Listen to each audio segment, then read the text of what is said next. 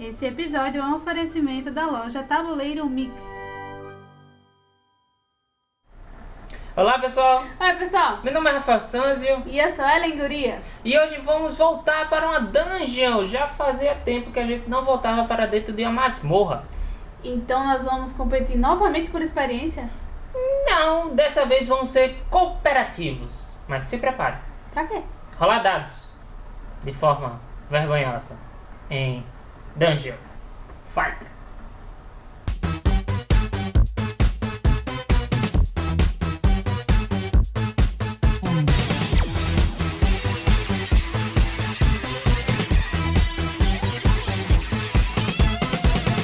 Em Dungeon Fighter, os jogadores são um bando de heróis de meia tigela. Tipo assim, não são heróis mesmo, eles ficam inventando histórias aí pro povão, pra o povão dar dinheiro pra eles continuar, né, fazendo coisas nada heróicas. Eles não chegam a ser bandidos, eles só são falsários, né? Sendo que aí o rei da região descobriu essa tramóia dos heróis e mandou seus soldados procurarem por várias masmorras no reino. Aí pegaram esses heróis em grupinhos e jogaram eles dentro dessa masmorra e disse assim, ó, te vira, enfrenta os monstros aí e se sobreviver vocês não vão ser presos, né? Então os jogadores são esses heróis de meia tigela que ou vão derrotar os monstros e o chefão que tem na masmorra ou vão decorar as salas da masmorra com suas caveiras.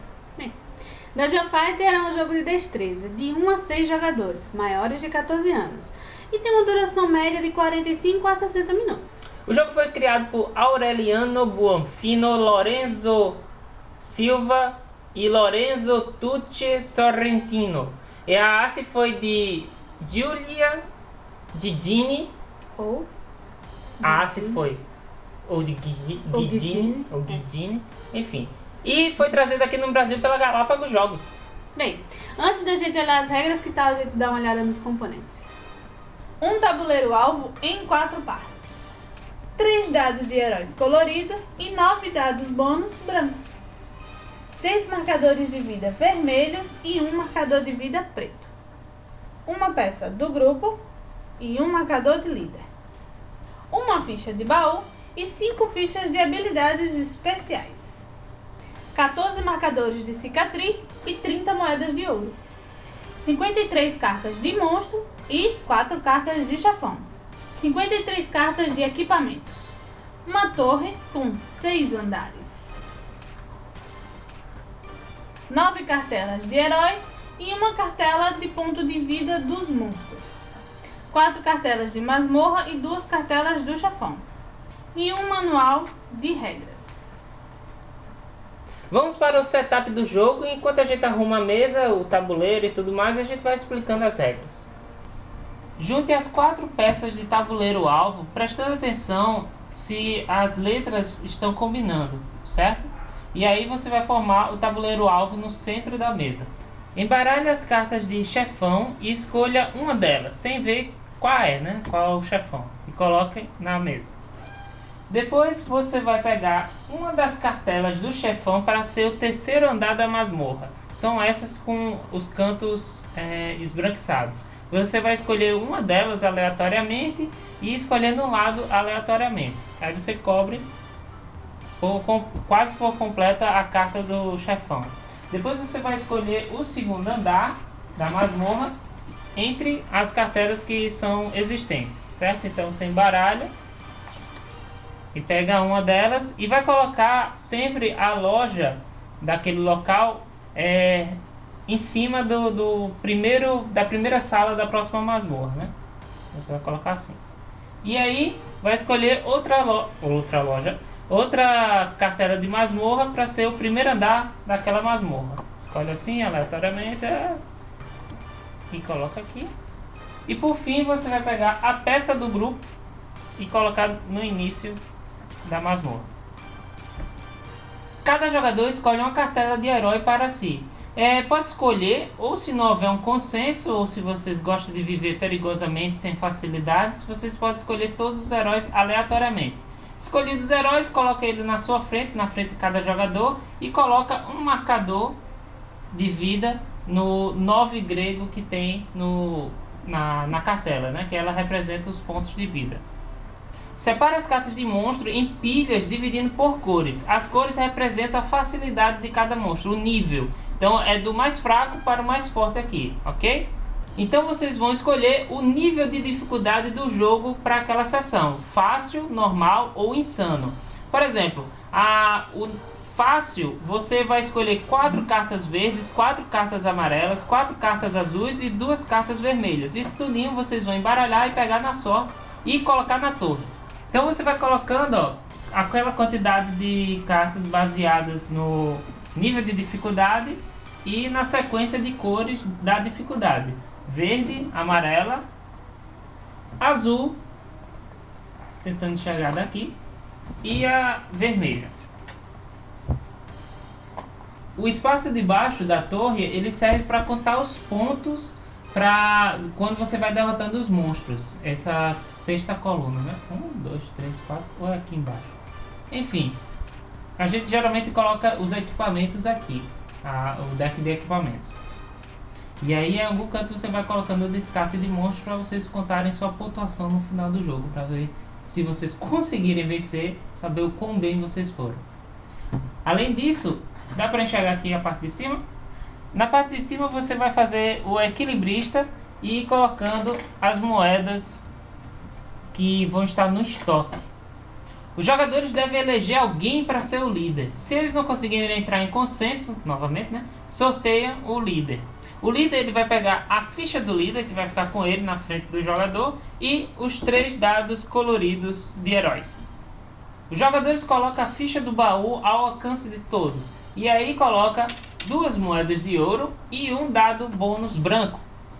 Só para o pessoal achar que tem coisa, vou deixar logo em cima, né? Porque não é que nem Small World. E isso representa o tesouro do grupo. A cada moeda de ouro que eles recebem, coloca dentro do baú. E a cada dado branco que recebem, coloca dentro do baú. Coloque os dados bônus, os marcadores de habilidades especiais, cicatrizes, moedas, caso você não queira que tenha desastre na torre, né? Porque eles realmente não dizem eles não dizem que é para botar as moedas em cima da torre, né? Mas fica tão bonitinho lá em cima, vai dar muita confusão. Então pode botar aqui do lado. Bota a cartela de pontos de vida de monstros também do lado, com o marcador de vida preto, para quando o monstro aparecer você vai colocar ele em cima do ponto de vida que representa a quantidade que está na carta. E fica mais ou menos desse jeito aqui para a fácil alcance dos jogadores. E desse lado aqui porque também aquela parte da torre aqui a gente coloca os equipamentos, mas na verdade é para botar as cartas dos monstros que são derrotados para a pontuação. Então o equipamento fica fora, um deckzinho para você utilizar durante o jogo. E o campo de batalha para amigos e etc. vai ficar mais ou menos desse jeito. Lógico que com mais espaço para você jogar os dados e se aventurar pela masmorra. Agora é a hora de entrar na masmorra. Com certeza, o jogo é bem simples.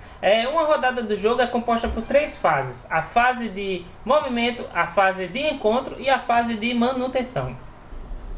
Na primeira rodada do jogo, você ignora a fase de movimento e já coloca a peça do grupo na primeira sala. E aí vai para as fases seguintes. Nas próximas rodadas, se o grupo estiver vivo, na fase de movimento eles escolhem a direção a seguir, sempre seguindo as setas. Depois de escolhida a direção, eles não podem, na próxima fase de movimento, voltar pelo sentido contrário da seta. Se eles não se decidirem por que lado seguir, o líder então toma a decisão final. Quando eles passam da última sala para a próxima cartela, a cartela da masmorra anterior sai e a peça de grupo vai para a primeira sala da cartela seguinte, do próximo piso da masmorra. Depois do movimento é a fase do encontro. Nesta fase os heróis brigam com o monstro. O primeiro jogador, que no primeiro turno do jogo é o líder, no caso, ele vai comprar uma carta de monstro do nível mais alto da torre que tiver disponível, assim, naquela vez, né? No primeiro turno vai ser aquela primeira carta lá de cima e vira ela, que vai ser a verde, né? De dificuldade verde, de nível verde. Aí você vai revelar a carta, mostra mais para perto da gente. Aí na carta vai ter alguns detalhes sobre o monstro. Os pontos de vida dele, o dano e se tiver moedas que você ganha quando mata o monstro e alguns vão ter algumas habilidades especiais que você precisa fazer, assim, alguns requisitos de lançamento para poder derrotá-lo.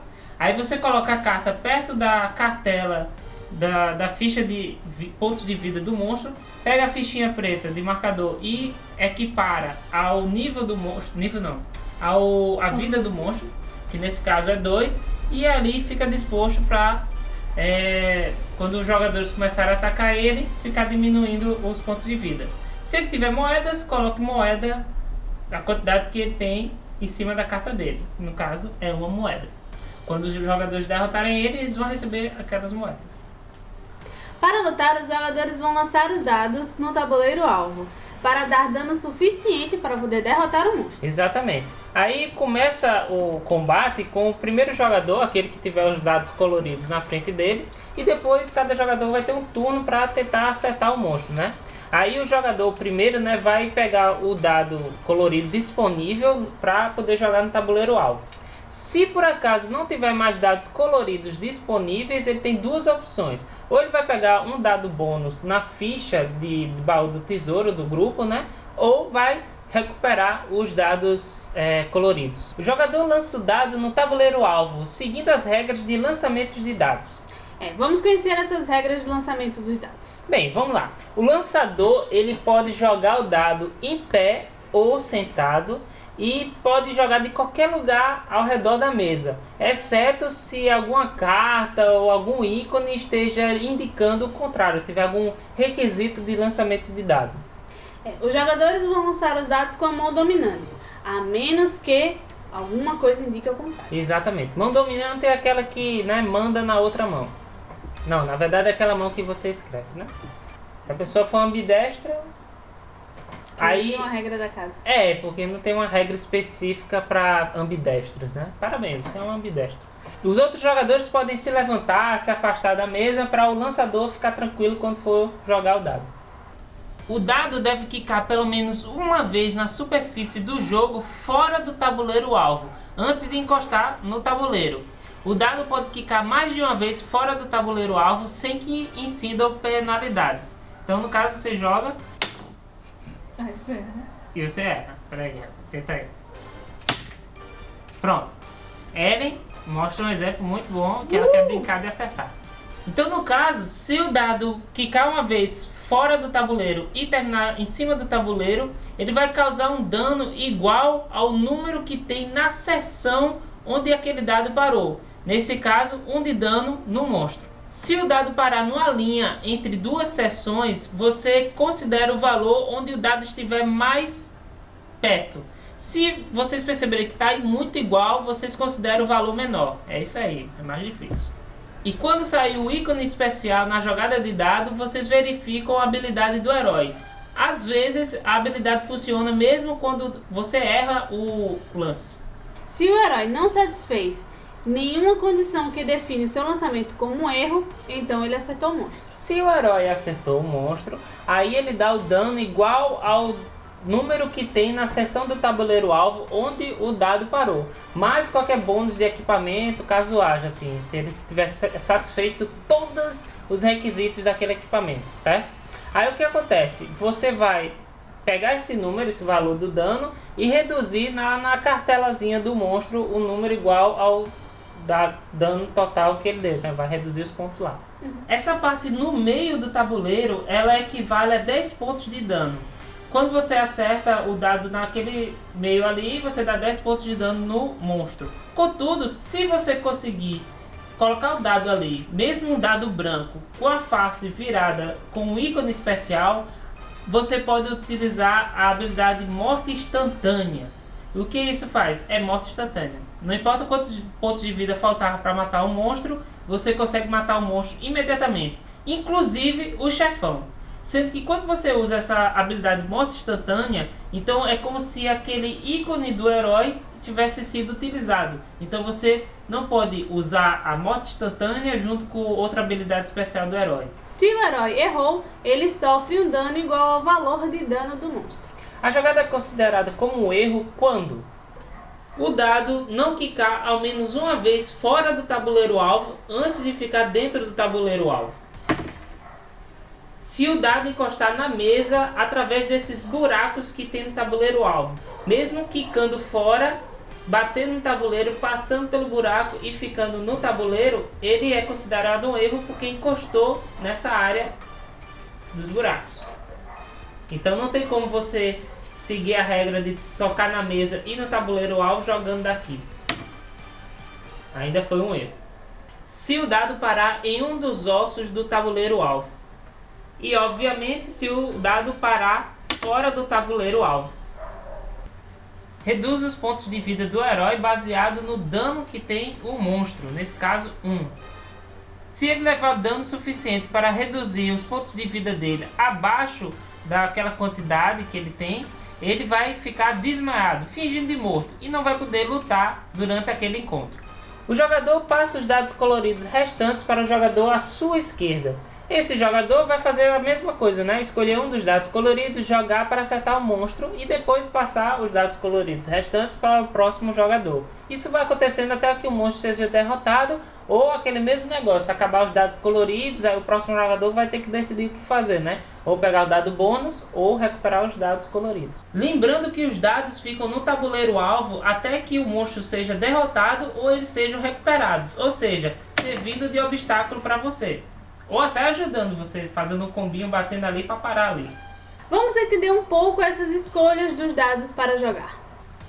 Cada herói tem uma habilidade especial baseada nas cores dos dados. Então quando você for escolher o dado para jogar, se cair o ícone do herói, né, do símbolo, e às vezes nem precisa ser um acerto, aquela habilidade funciona. Ela está explicada na cartela do próprio herói. Então fica aquela estratégia de saber que dado você vai usar para ver qual é o melhor contra aquele monstro e saber qual dado você vai deixar para o seu companheiro.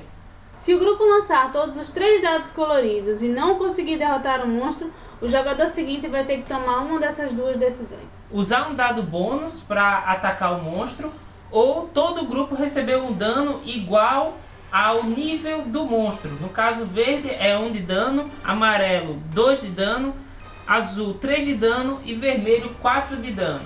Para receber esse dano e poder recuperar do tabuleiro alvo os dados coloridos para mais uma vez fazer aquela mesma sequência. Escolher um dado para ficar com você e jogar, depois passar os outros dados para o próximo jogador e assim por diante.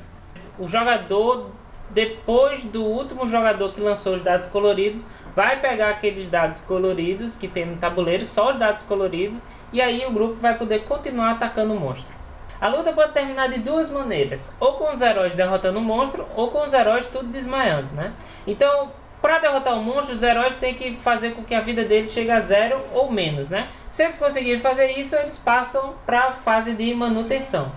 Caso não consiga, se todos os heróis desmaiarem no confronto, eles perdem o jogo, os jogadores. Alguns monstros, todas as armas e algumas salas, eles apresentam ícones em preto e branco que demonstram requerimentos de lançamentos para os seus efeitos aconteçam ou que você consiga acertar aquele monstro, né? Ou então acertar naquela sala.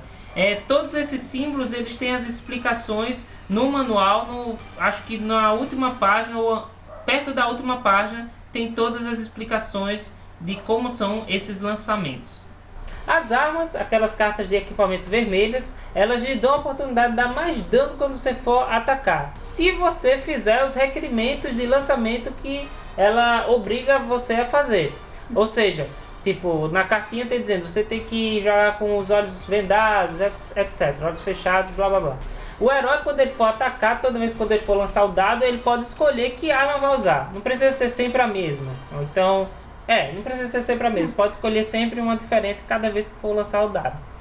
Se ele escolher usar mais de uma arma, ele vai ter que fazer todos os requerimentos que cada arma pede, né? Exato. Então, tipo, né, para dar um combo grande de dano, você vai ter que fazer cada coisa, tipo, pular de um pé só de olhos fechados. Então vai ter que fazer tudo, né? As armas permanecem na posse do jogador e não são descartadas. Se bem que você não é obrigado a usar uma arma quando adquiri-la. Tipo, você quando pega uma arma, você precisa usar toda vez aquela arma. Lembrando que se usar mais de uma arma e algum dos requisitos não for cumprido, aí a jogada vai ser considerada um erro. Exato. tem monstros e salas que vão exigir um lançamento específico de dado, né? Quando você for atacar. Então, toda vez que você... Durante todo aquele encontro com um monstro ou na sala, os jogadores são obrigados a, além das coisas que estiverem fazendo, tipo de requisitos, armas, etc., vão ter que fazer aquele requisito também por causa daquele monstro ou por causa daquela sala.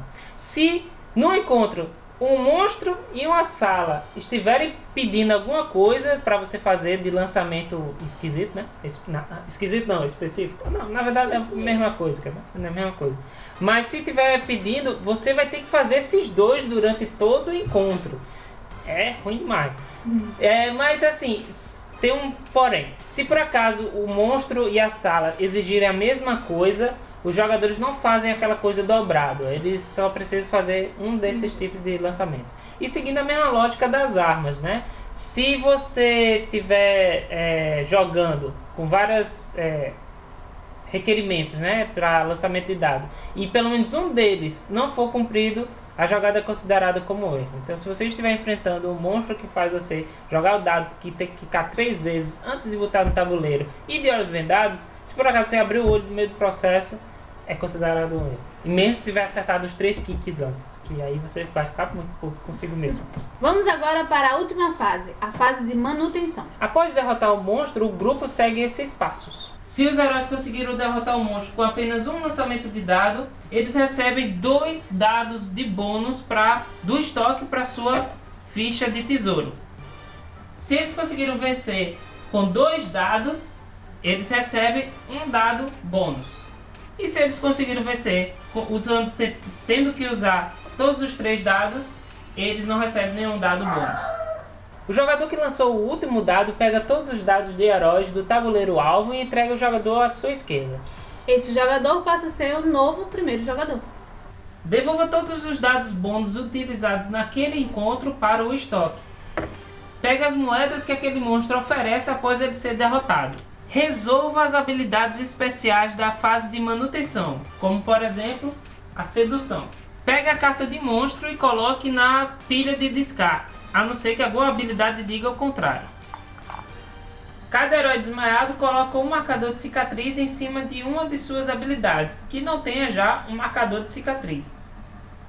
O herói revivido recupera toda a sua vida, porque ele agora vai ter 3 pontos de vida a menos e não vai poder usar a habilidade especial que foi tampada pela cicatriz, né? Um herói que recebeu a sua 3ª cicatriz não vai poder ser revivido.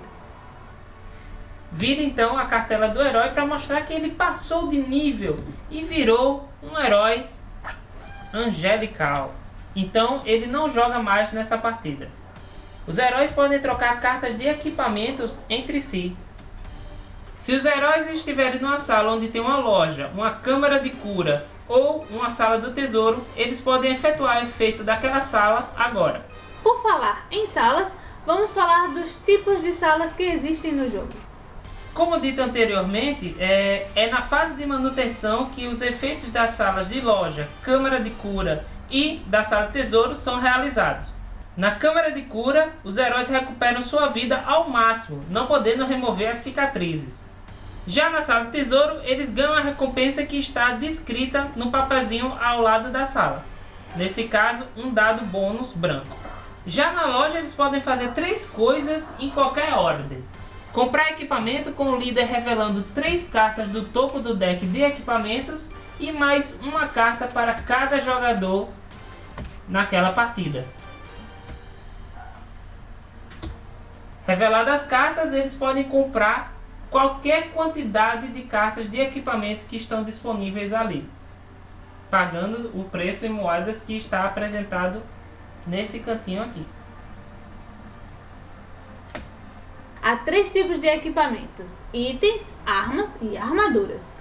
Cada herói só pode carregar 3 equipamentos por vez e uma quantidade específica para cada herói. No caso dela aqui, ela pode usar 2 armamentos e uma proteção. Se um herói já possui 3 equipamentos e for receber outro equipamento, ele deve pegar um dos equipamentos que ele tem e entregar a outro herói. Se não for possível, ele descarta aquele equipamento que ficou de fora. Continuando com o que se pode fazer na loja, os heróis podem comprar cura. Para cada moeda gasta para curar, todos os heróis recuperam um ponto de vida. Exatamente. Na loja você também pode comprar dados bônus. O dado bônus é o seguinte, você paga 2 moedas de ouro para pegar um dado bônus. E nesses casos você pode comprar quantos quiser. Tipo, até acabar, né? Após derrotar o último monstro na última cartela da masmorra, faça a fase de manutenção e depois vá para a última carta para enfrentar o dito cujo. Revele então a carta do chefão e coloque o marcador de pontos de vida no espaço apropriado. Então no caso aqui é 33 pontos de vida. Quando passar da cartela, você simplesmente vira e continua marcando os pontos que o monstrão vai perdendo. A luta contra o chefão obedece às regras normais de luta, com as seguintes exceções. Seguinte, quando está lutando contra o chefão, se os dados de heróis acabarem, aqueles dados coloridos, os heróis não podem recuperar aqueles dados. Tipo, não pode levar dano para pegar os dados novamente e poder usar as habilidades especiais. Ou seja, quando acabar os dados coloridos, vocês só podem usar os dados bônus. E quando acabar os dados bônus, e tipo ainda tem chefão para enfrentar, os jogadores perdem o jogo. Se o grupo conseguir reduzir a vida do chefão de 0 para baixo, eles vencem a partida. Pode haver situações que os jogadores percebam que é impossível lançar o dado. Nesses casos, os jogadores podem decidir como grupo recuar. Se eles fizerem isso, acontecem as seguintes coisas. Todos os jogadores, na verdade heróis, perdem um ponto de vida pela vergonha, né? Aí você vai pegar o monstro que tipo fez com que aquela jogada seja impossível, para pelo menos tentar amenizar. Coloca ele embaixo da pilha do nível dele, de monstros, e aí puxa um novo monstro para enfrentar, para ver se é menos impossível o próximo combo que aconteceu ali, né? Dungeon Fighter é um jogo tipo party game, com Dungeon Crawler, com Dexterity, com tudo aí pra, assim, divertir a galera. Assim, você tem que ter a consciência. Se você é um cara competitivo, talvez esse jogo não seja pra você. Porque você tem que ter a consciência que não vai ganhar o jogo fácil. O jogo é mais tipo a experiência de participar das coisas do que em si ganhar. Porque é bem difícil, né? É quase impossível ganhar do jogo. Não, nem impossível, né? O Bem, competidor já falou. Exatamente, é um competidor. Mas o que, é que falando. você achou da mecânica? Bem, o jogo eu achei, tipo, hilário. Eu queria estar assim, em melhor forma. Ah, tá. Não, em melhor forma, tipo, até sim. pra jogar o jogo. Exatamente, eu não queria estar tão grávida. Eu não queria estar tão grávida para jogar o jogo. Porque tem muita posição que é muito engraçada, mas que a barriga meio que impediu. Uhum. E teve... Posso até comentar, né, do jogo. Porque a gente já fez o gameplay e vocês vão ver em breve.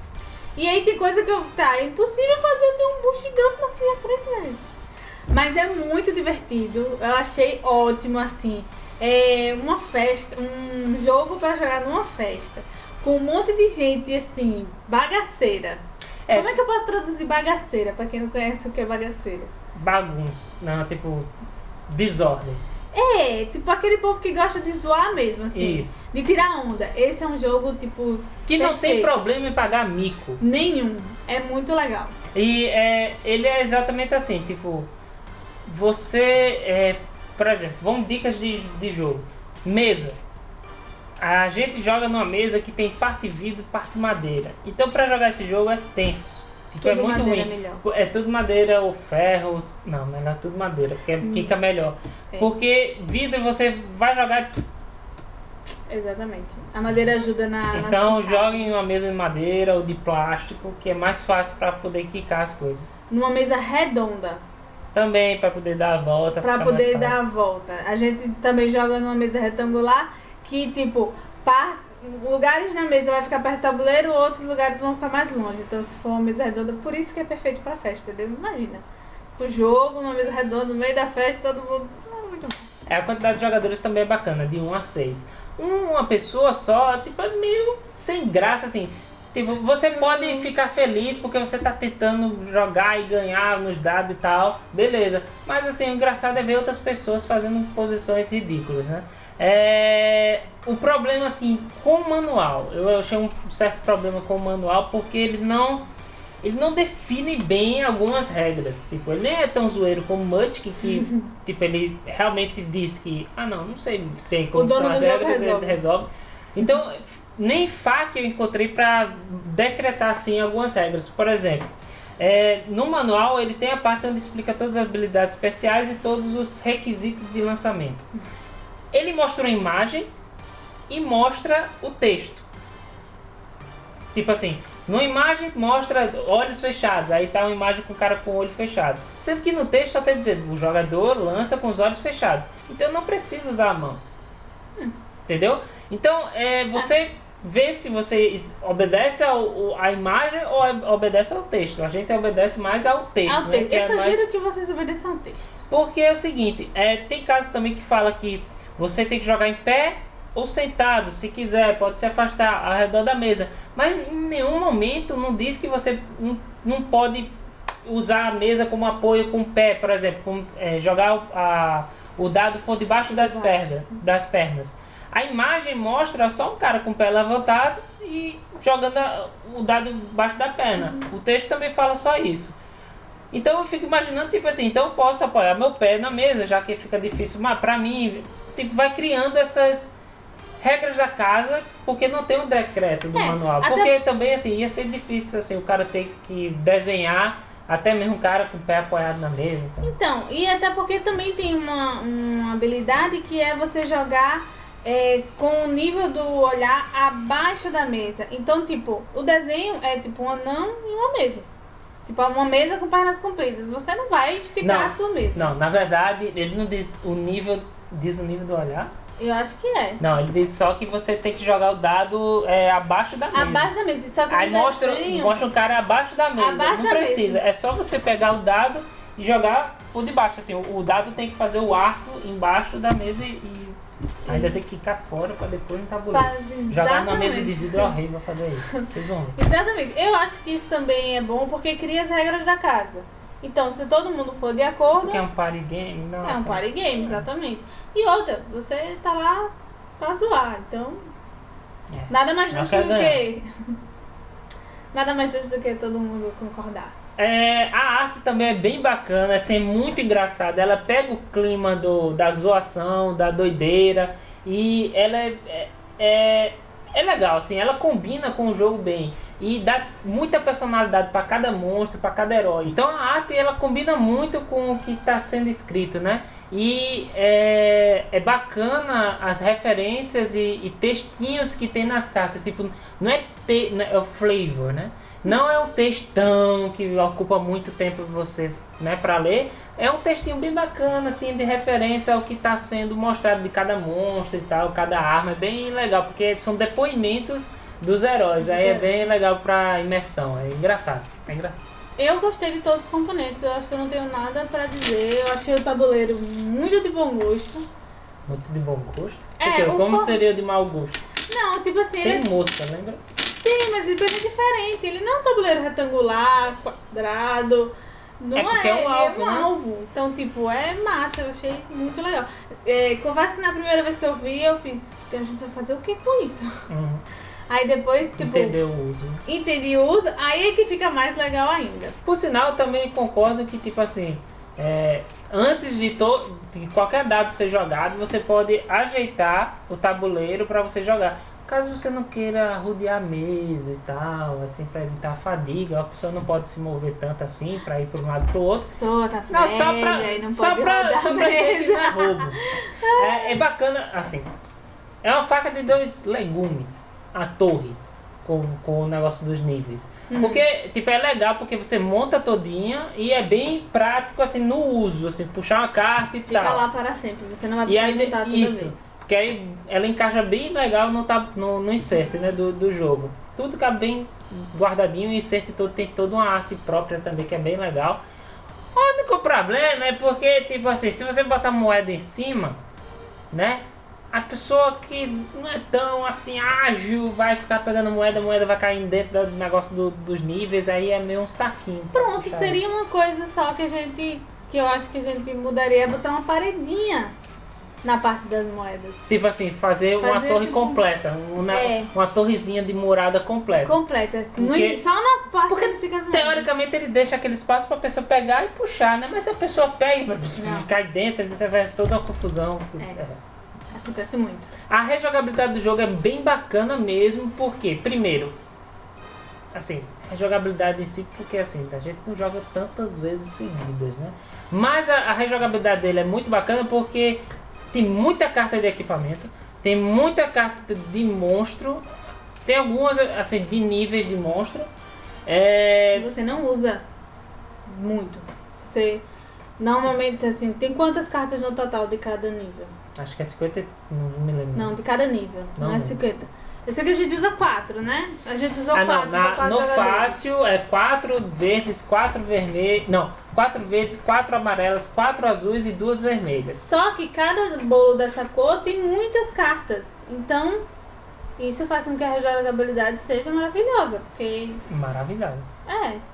E outras cartas de equipamento é um bolão assim. São 53 cartas de monstro. Enfim, é uma boa quantidade porque você vai definir o nível da quantidade de cartas dependendo do nível que você vai estar jogando.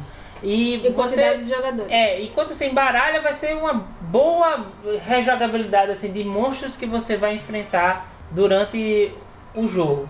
Chefões não tem tantos, porque só são 3, eu acho. São 3 chefões. Então, assim. Vai daqui que você consiga vencer. Chefãozinho. Aí você já tira ele, como a gente fez com Arcão. A gente já ganhou, já fora. Próximo. E a Galápagos Jogos já veio com as expansões do Dungeon Fighter. Então deve acrescentar mais chefões, mais monstros e mais coisinhas legais no meio. E aí aquele negócio, você vai criando, ainda sobre a regra, voltando, né? Você vai criando house rules. O único problema regra da casa. Única não. Outra questão de problema é realmente o manual, porque eu me lembrei agora de outra questão que tipo, jogadas impossíveis. Você não vai conseguir jogar com esse monstro, contra esse monstro nessa sala. É impossível fazer esse negócio. Bota embaixo e beleza, puxa outro. Mas se só for ele o único monstro no jogo, tipo assim, daquele nível. E aí? Então, não fica especificando, mas eu acho que a opção óbvia é tirar ele do jogo e pegar outro aleatório de mesmo nível e colocar. Eu acho que essa é a única explicação lógica para essa questão. Se não você pode perder no primeiro nível, você pode perder. Se ele dizer, não, você perdeu. Então esse jogo é muito legal para quem gosta de se divertir e não tem problema em pagar mico. E não é muito competitivo, porque você joga pela diversão de ver os amigos fazendo posições ridículas. Então você vai rir muito durante o jogo. E se você for competitivo, você vai ficar com muito ódio, porque não vai conseguir passar daquele miserável cara do cavalo que tem que quicar 3 vezes antes e bater miserável. Você já entendeu, né? Quem é o competitivo. Então se você curtiu esse vídeo, clique em gostei, compartilhe com seus amigos. E se você for uma empresa, editora de jogos ou loja que quer que seu jogo seja explicado dessa forma maravilhosa, bem explicadinha, bem detalhista, é só entrar em contato com nerdcasa@gmail.com, ok? E se você acabou de cair aqui no canal, ou está aqui e não está inscrito Foi ainda, jogado no alvo assim, quicou uma vez e caiu dentro do canal. se inscreva no canal, que a gente tá sempre com novidade legal. É só clicar aqui embaixo e quem está inscrito recebe sempre a notificação, não? Primeiro. De primeiro. Outra, a gente também tá postando muita coisa legal no Facebook e no Instagram. No Instagram a gente posta até fotos de jogos que a gente joga assim durante a semana. Aleatórios que você olha assim e faz, ei, eu quero ver um vídeo dele. Aí você diz pra gente lá. Então, o que você achou desse jogo? Coloque aí nos comentários. Faça suas críticas, perguntas, dúvidas sobre as regras. Está aí à disposição os comentários pra gente responder as suas questões. Ok? E a dica do próximo jogo é o seguinte, é super rápido. Hora de trazer o videogame para o tabuleiro.